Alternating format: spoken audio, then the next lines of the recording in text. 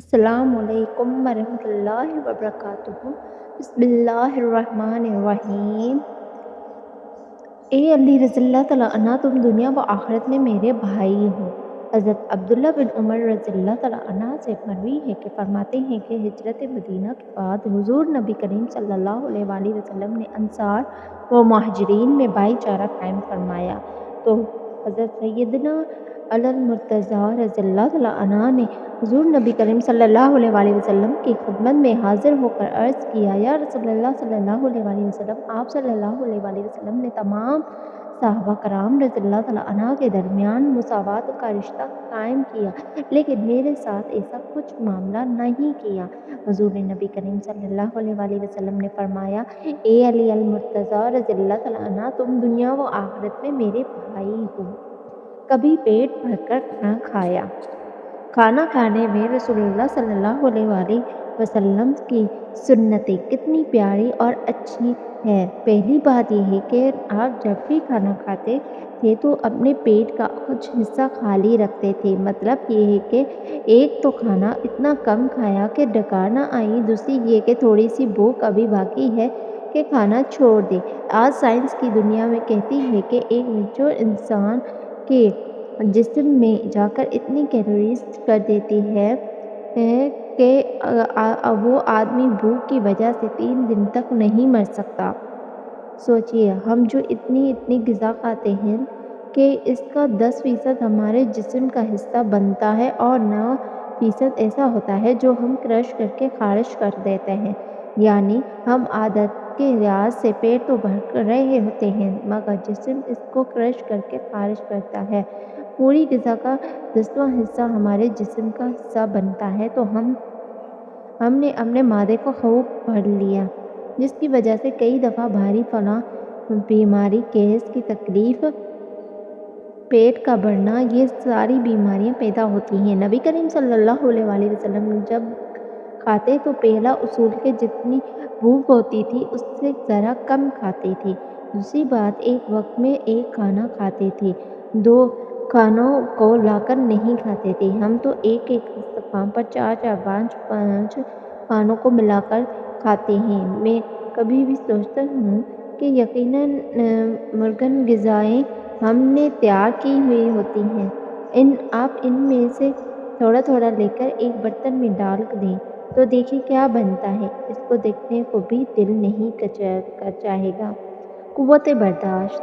ایک عورت نے مالک بن دینار رحمۃ اللہ علیہ سے کہا، اے ریاکار، آپ نے فرمایا، اے فلانی، تو نے میرا وہ لقب معلوم کر لیا ہے، اہل بصرہ بھی نہیں جانتے۔ ابن مکہ رحمۃ اللہ علیہ فرماتے ہیں کہ غصہ کا پینا زر کرنا کی ذلت سے بہتر ہے۔ کسی نے آپ سے ایک دفعہ غم اور غصے میں فرق دریافت کیا۔ آپ نے فرمایا، غم تو کسی بڑے آدمی کا تیری آرزو کے برخلاف ہونے سے پیدا ہوتا ہے اور غصہ کمزور آدمی کی تیری مخالفت کرنے سے۔ ابو معاویہ اسود رحمۃ اللہ علیہ کو اگر کوئی برا بھلا کہتا تو آپ اس کے لیے دعا فرماتے۔ ایک آدمی نے بکر بن عبداللہ منی رحمۃ اللہ علیہ کو بہت سی گالیاں دیں، آپ خاموش رہے۔ کسی نے آپ سے کہا، آپ اسے کیوں گالی نہیں دیتے؟ آپ نے فرمایا، میں اس کی کوئی برائی نہیں جانتا کہ میں اس کو برا کہہ سکوں، اور بہتان لگانا مجھے جائز نہیں۔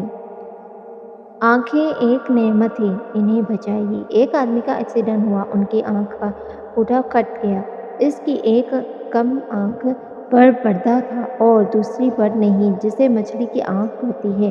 چند دنوں میں ان کا زخم تو ٹھیک ہو گیا، لیکن پریشانی یہ تھی کہ ہر 2 3 گھنٹوں کے بعد آنکھ کی بینائی دھندلی ہو جاتی۔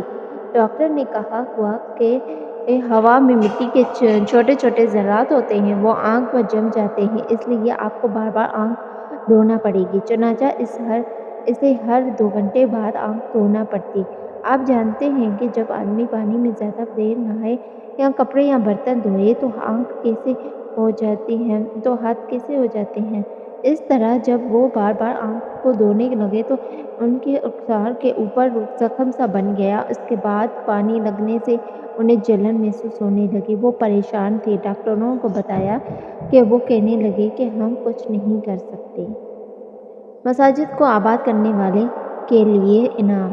حضرت حسن بصری رحمۃ اللہ علیہ نے فرمایا کہ جو شخص کثرت سے مسجد میں جاتا ہے اللہ تعالیٰ اسے 7 باتوں میں سے ایک بات عنایت فرماتا ہے۔